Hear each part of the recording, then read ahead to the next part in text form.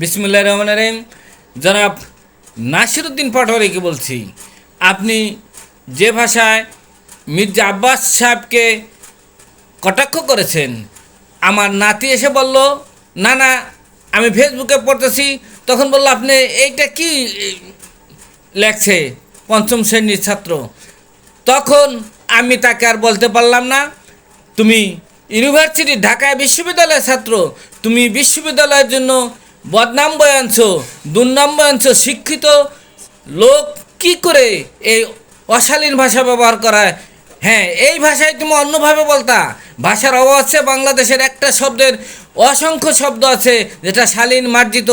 সাবধান, তুমি এই শব্দের ব্যবহারের জন্য তুমি জাতির কাছে ক্ষমা প্রার্থনা করো, যাতে আর বলো যে আমি ভবিষ্যতে এই ধরনের শব্দ ব্যবহার করব না, যেটা জাতির কাছে শিক্ষণীয় নয়। ধন্যবাদ। আমি লেখক চা বিক্রেতা গোলাম মাওলা শিকদার।